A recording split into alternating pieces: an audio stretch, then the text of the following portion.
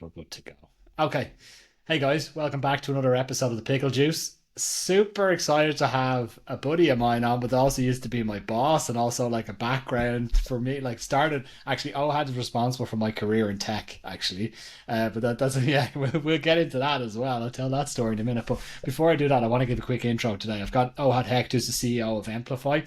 Ohad has a long-standing career in C-level positions, however. When I first got to know Ohad, he was working as the chief operating officer at Emarsys, and then eventually as the chief executive officer, so the CEO at Emarsys. That was just in the lead up to them being acquired by SAP. So I'm really looking forward to digging into that a little bit. In the meantime, Ohad's also been a founder. He's part of board directors of a number of different organizations, and on top of that, he is now the CEO at Emplifi. So, Ohad, thanks a million for taking a bit of time out of your busy day to come and talk to me, mate. Well, thanks so much. I'm excited to be here. I'm excited to speak with you. I'm excited by the audience that will hear, our discussion, what they can get out of it. Always a bit embarrassed, when people are talking about me in front of me instead of in the third I know. party. So I I know. appreciate I appreciate the intro. I'm humbled by, the experiences that I had, and I'm really happy to be here. Before we get into the Amplify thing, actually, I'm just gonna mention to you because I said that you're responsible for my career in tech, and I'm very grateful. I don't know if my wife is, however, but Not because of me though.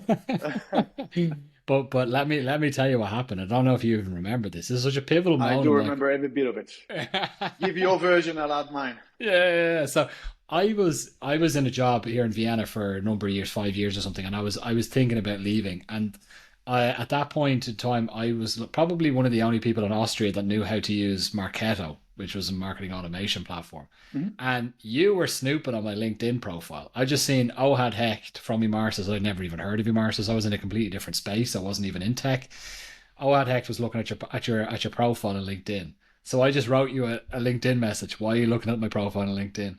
And you you wrote back saying, you said, "Oh, we're actually looking for somebody who's got marketing automation experience. Would you be interested?" And I was like, "Yes." And that's how my career in tech started, basically, with you in So that. I remember it as it was always, yesterday. Although what are we talking about? More Almost than a 10 years decade. ago.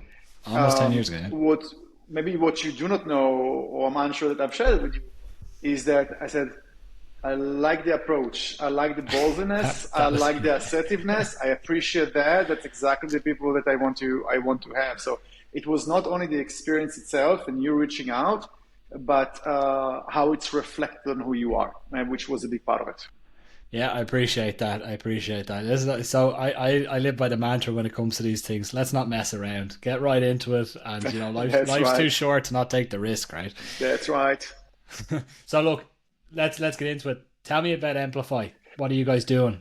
So we are a customer experience platform. Customer experience platform can break down to many different things. I think it's sort of a broad category, but the way we are thinking about the value that we are providing our customers is the ability to really control the customer experience and provide a smooth experience to their consumers wherever they are in all the touch points.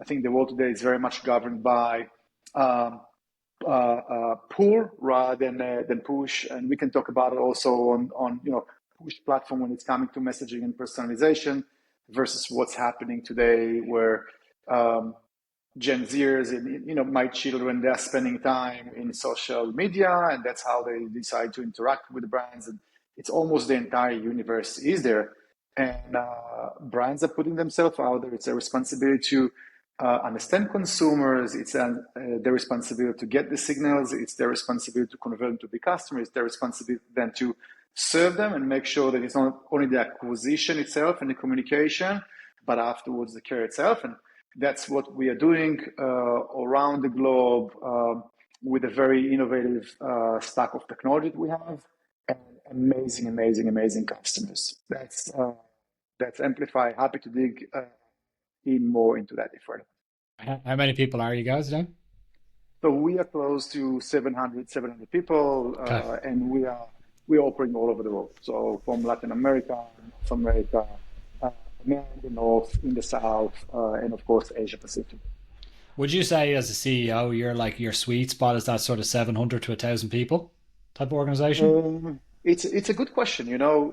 I'm sure that you and I and people that listening to this podcast are often asking themselves, where do I fit? What's my sweet spot?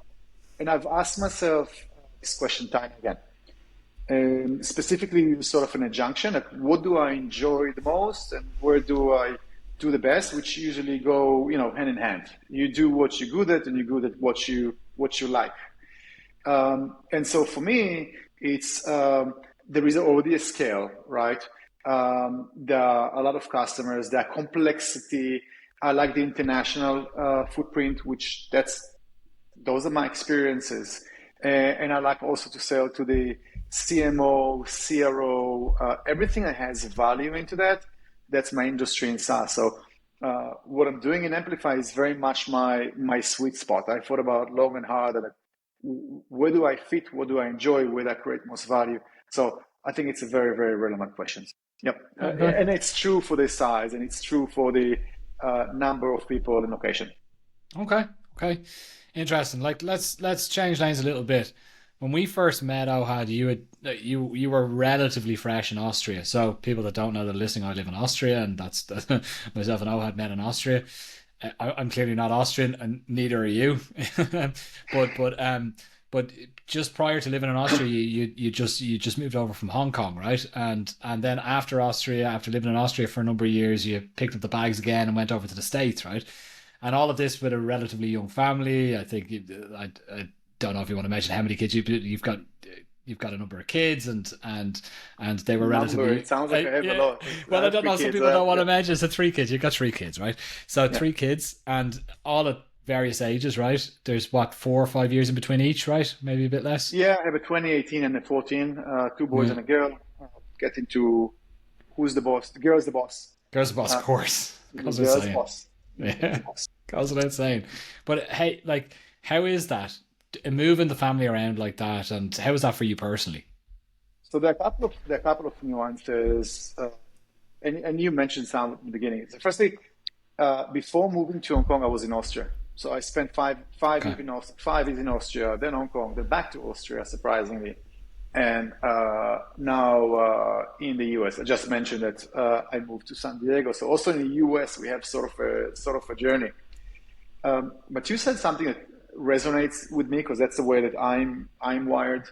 Um, you said something around taking risks, right, in life, and I think that sometimes we as human beings are very much afraid to sort of take the next step, and there are many questions of what ifs and how will it feel and how would I respond to that, and that's very much sometimes preventing us as human beings to take actions. And I thought about myself and my family, and there's also alignment with my wife. So, Hmm. if you're in a family and you have kids, it's what's right for the family itself, and everyone needs to want to do the same thing. So we thought about risk in a very similar way.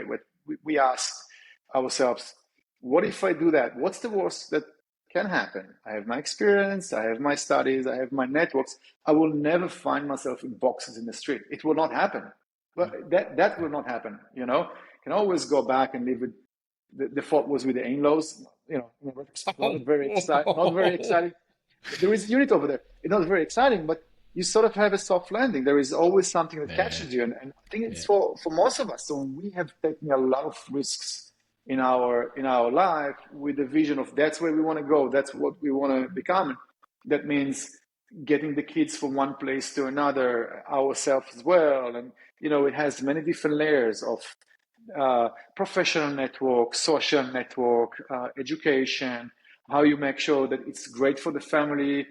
You're providing a very stable environment for the kids. I think, you know, um, doing all of it and leaving kids that are not in a good state because it has an impact, right? It's not a price that I would be willing to pay. So the last thing I'll pause, if you, which layers do you want to go to? We always thought that on the kids there is a lot of education is the most important thing that we can do for them. I think that's the only assets that you have in life. What you know, what you've learned, that's what you can. It can always be translated into value.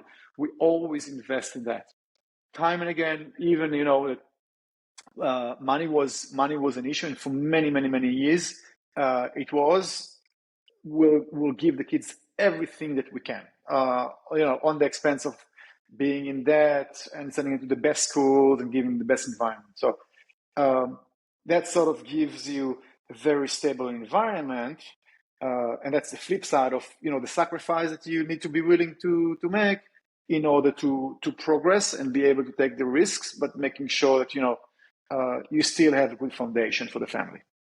Has a good long-term vision as well, because if you looked at it short term, you wouldn't make those quick moves, right? Like, I think you wouldn't be as willing to take the risk if you're looking at that short term and just looking at that rather than looking at it as a piece of the jigsaw, right? Simply put, you don't have to support from home.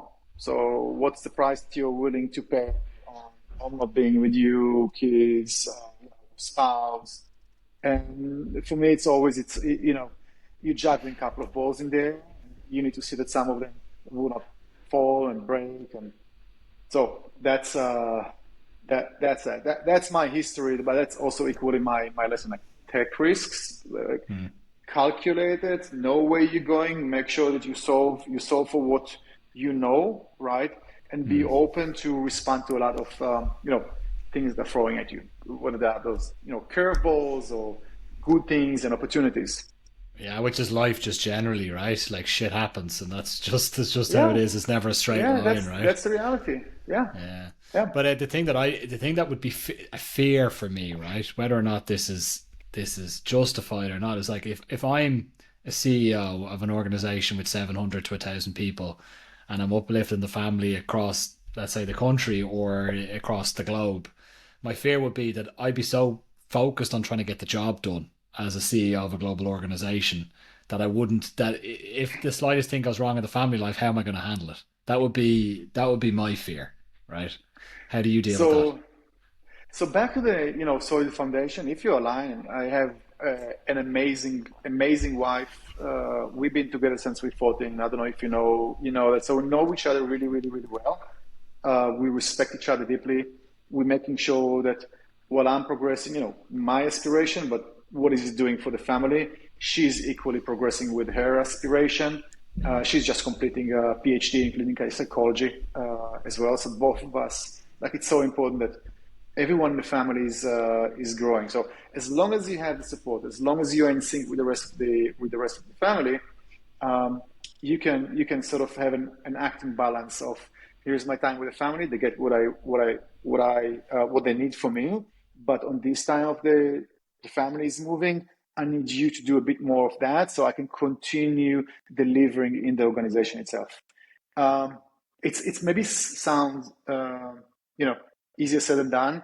I made it 3 times, 4 times maybe. So the first time you're sort of getting used to it, and you're making the best out of what you can. And the second time, oh, that's what I didn't do good.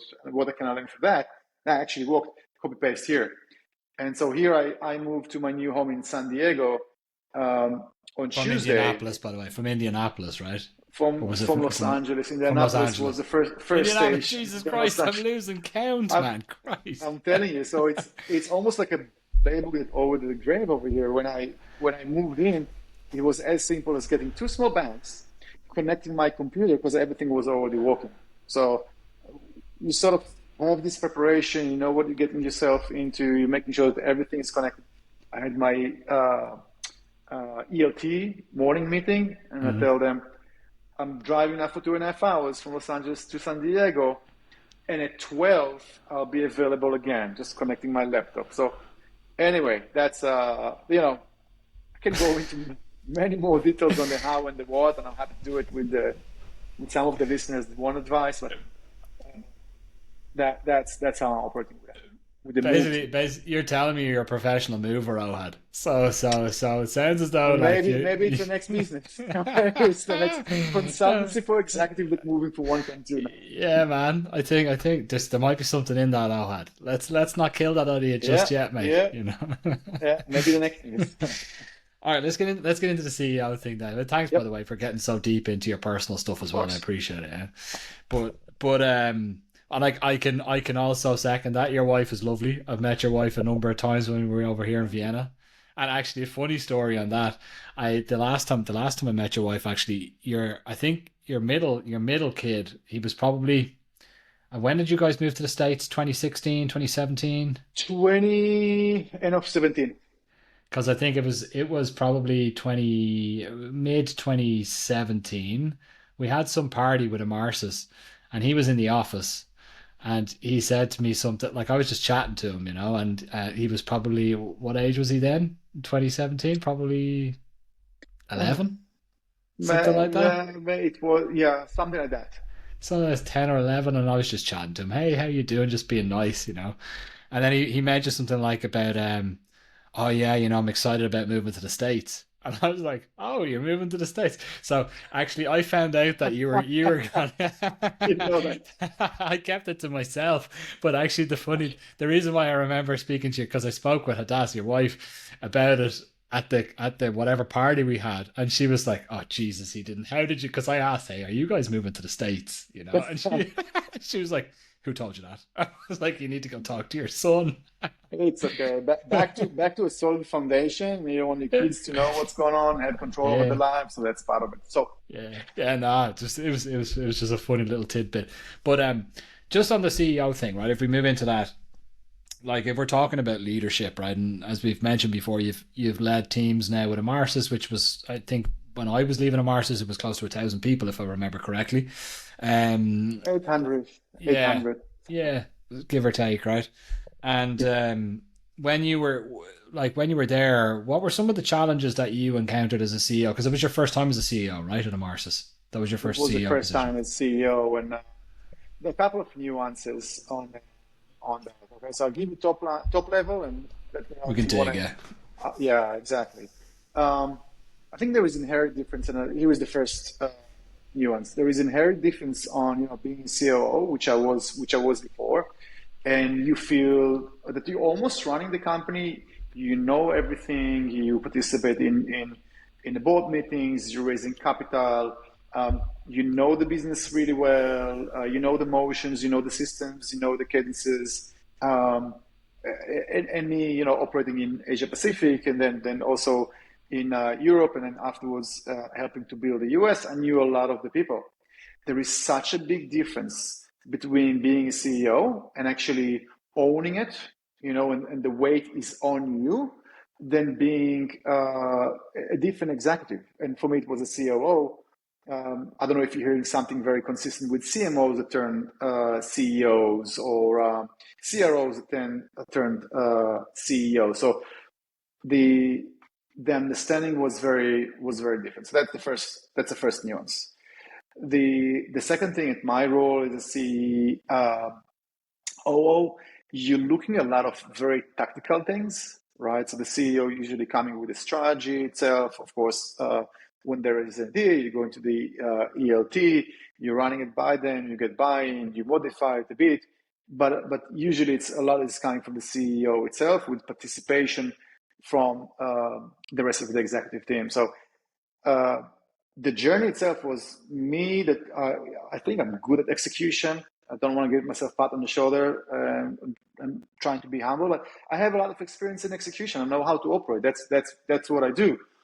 And now you need to wear a hat of a strategy as well. And what does it mean? How can you not divorce from your habits, but you need to have different habits? How are you working with your team and making sure that what uh, you used to do is something that you're doing less, and the team needs to support you with that, which means that you need to carve out time to be strategic. And what does it mean, the strategy itself? How do you break it down?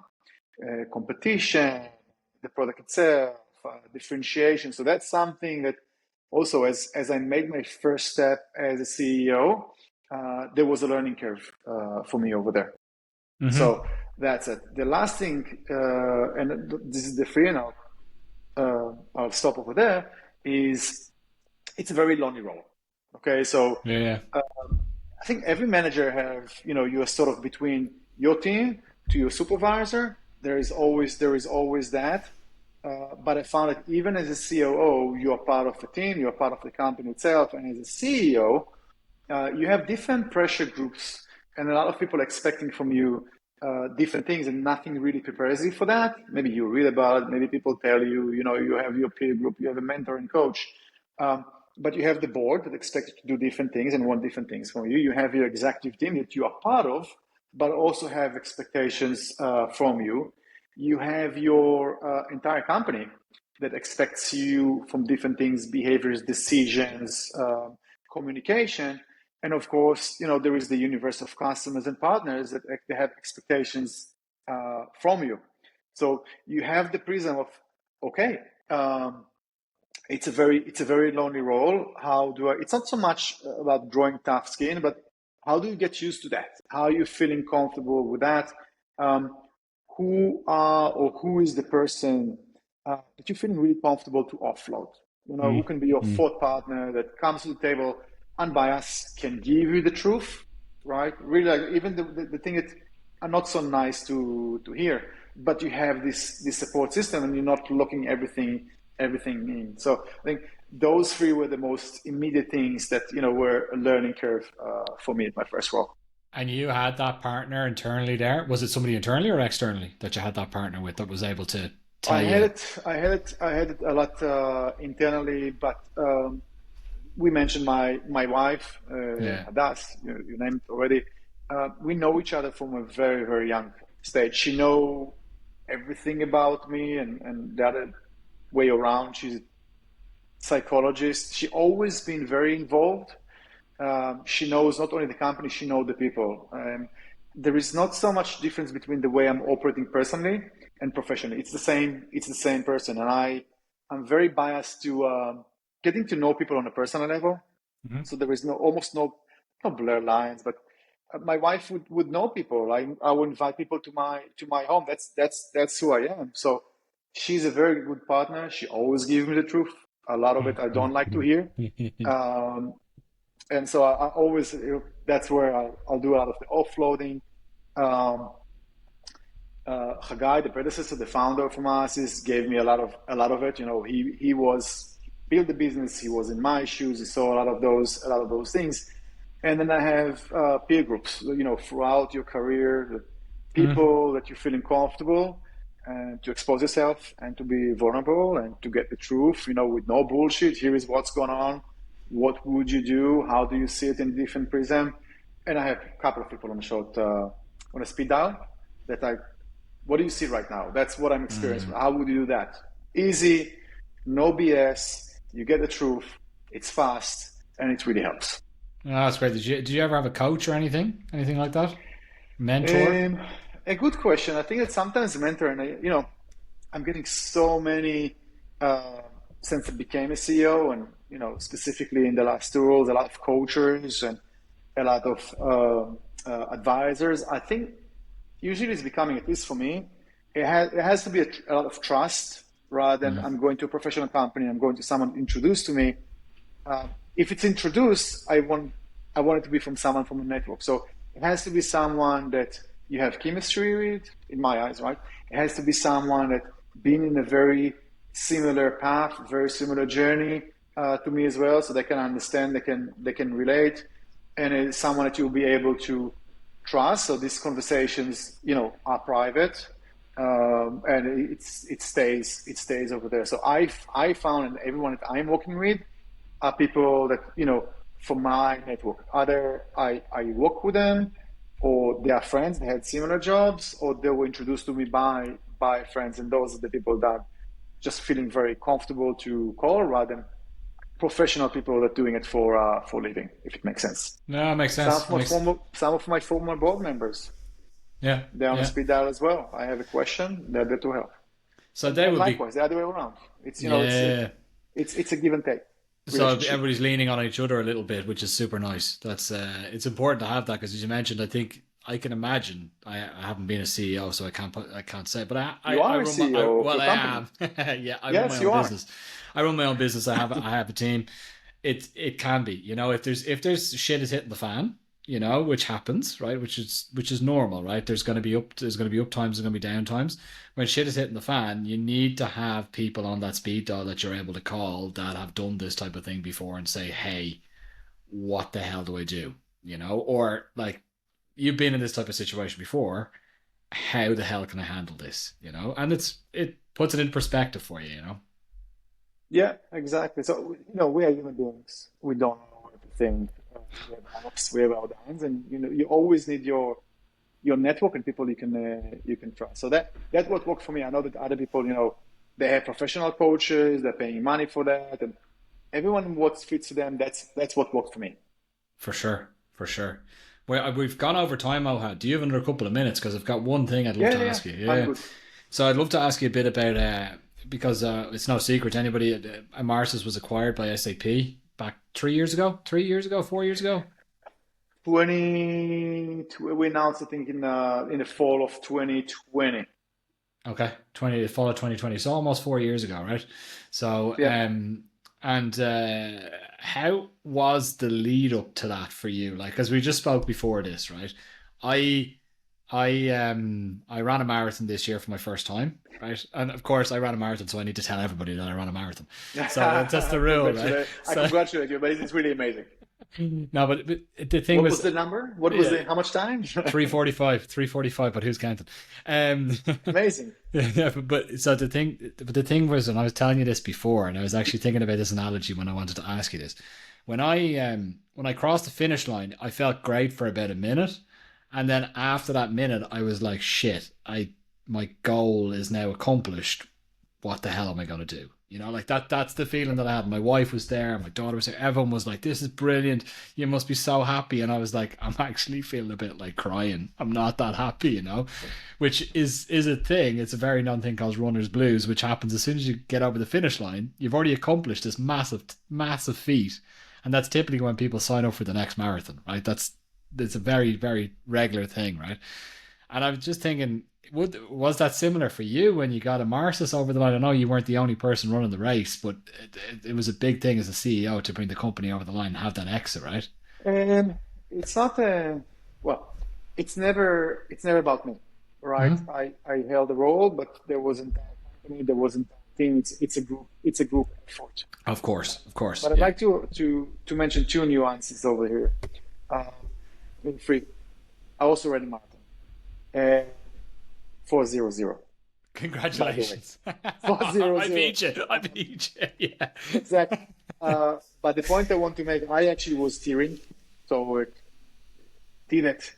So that was the first thing. The second thing is very often, when we have major milestones in life, we expect to feel very different, and to have sort of an amazing feel. You want a couple of examples? I just moved in and I thought, wow, I'm going to feel amazing. Feels the same. I'm feeling good. Yeah. I'm feeling good. My Yeah. internet is working. That's what I need. We're having this conversation, structure. And the same goes, when you finish your university degree and you expect to feel completely different. You get a certificate, then you're moving on with your life.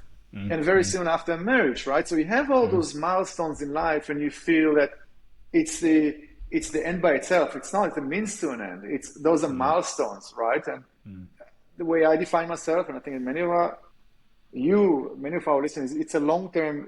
I'm a marathon runner. That's how I define myself also in business. There's always something ahead of me to challenge me with that. So that's the second nuance. And the third one, specifically to your question, and I'll give it to Haggai, right? The founder, co-founder of Hamas, and he told me something that I remember, and he said, you know, maybe tomorrow, the day after, and whether those were exact words or not, but the context, I still remember it. Tomorrow, the day after, maybe it fades away, but this is always something that will be big forever. And those are memories and milestones that will always be there. And you always go back, not down memory lane. You always look at this as something that was foundational in your life. And the day after, you do some celebrations, you pop the champagne, but you get back to work. You have your people, you have your team, back to the expectations. You have to deliver. So, sure, company was sold. What's next? Integration. People want answers from you. The acquirer wants, the integration itself, put things into action. So you take a brief moment to, well, that was nice. What's next? That's how I'm wired. if I can leave you with another tip that works for me, at least, when we talked about mentor, etc., I was my early days of my professional career in Hong Kong. So, Vienna, Hong Kong, back to Vienna, Indiana, Los Angeles, San Diego. I was in my early stage of my career, and I was in hedge funds, and that was already Emarsys. So, managing director, building company, and it was such a roller coaster for me. The highs were freaking hell. I got the customer, first customer celebration, second customer, here's a large customer, who they are. And the lows were crushing me. People leaving and a customer that sort of terminated. Everything is impacting you so much. And he was a Scottish CEO of a public company, and we always took the ferry, from Discover Bay, we live, to the city, well dressed, well mannered, and he was also a rugby coach. And on the field, you saw a monster. All the calmness that he had.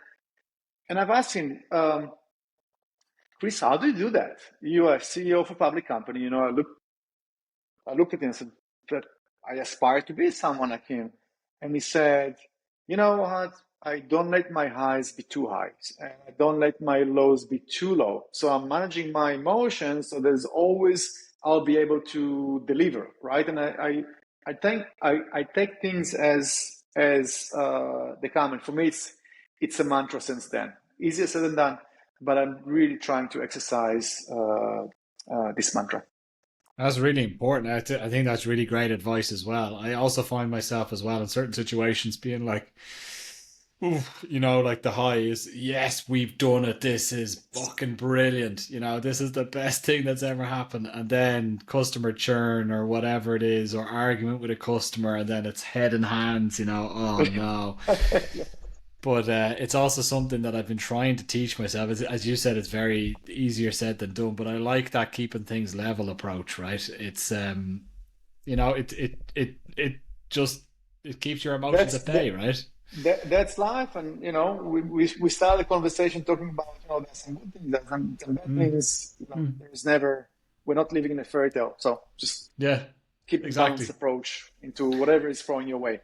Exactly, and I think that's a very nice ending to this episode, Ohad, and I won't take up any more of your time. I really appreciate your time, Ohad. Thank you so much, mate. Likewise, thanks so much for having me. If people want to find you, where's the best place to get you? LinkedIn. I closed all my other social accounts just thought I'm spending too much time over there. So I agree. LinkedIn, it is.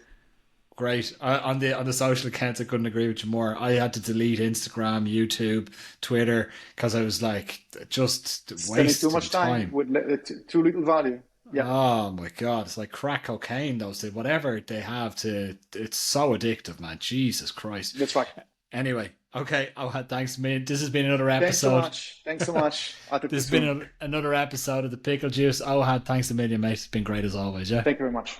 Ciao, ciao. Bye. Cheers.